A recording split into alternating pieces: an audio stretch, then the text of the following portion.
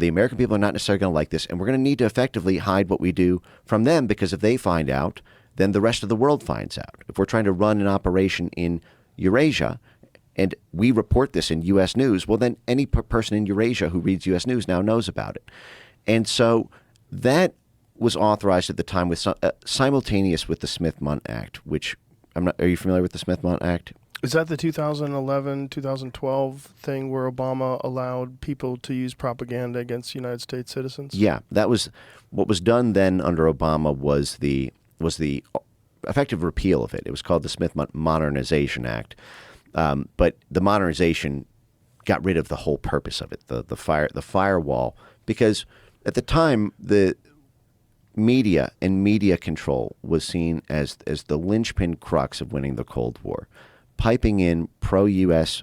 Media influence because everything moved after World War II from kinetic warfare and military occupation. We used to militarily occupy the Philippines, for example, after we won the Spanish-American War. But that was banned under international law, territorial acquisition by military force in 1948. So we had to win elections, and we had to influence the passage of laws in foreign countries by having an apparatus inside those countries that influenced the hearts and minds of people, which influenced who they voted for, which then determined the government.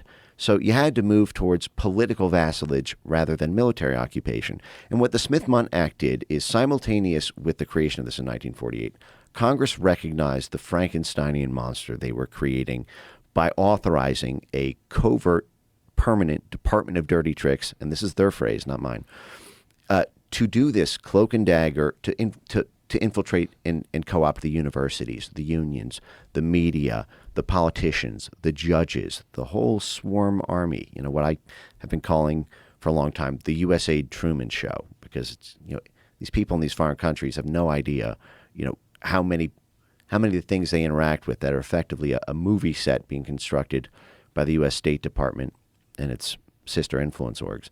But the point that I'm getting at here is the Smith-Munn Act in 1948 said, okay, you guys can do this. State Department can do this. CIA can do this.